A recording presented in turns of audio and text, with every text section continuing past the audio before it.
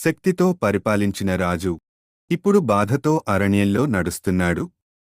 దేవుని అభిషిక్తుడు అయిన దావీదు తన కుమారుడి ద్వారా విశ్వాసఘాతుకానికి గురై ఒకప్పుడు తనకు చెందిన సింహాసనాన్ని వదిలి పారిపోయాడు.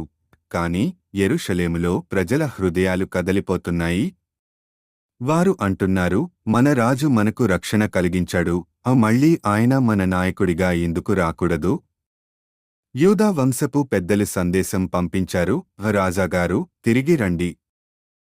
మేము సొంతమైతే మన రాజు మీరు. దావీదు లేచాడు. వినయపూర్వకంగా జోర్డాన్ నదిని దాటుతున్నాడు. గర్వంతో కాదు, శాంతితో. ప్రజలు గుమ్మకూడుతున్నారు. దేశమంతా మళ్లీ ఆనందంతో నిండిపోయింది.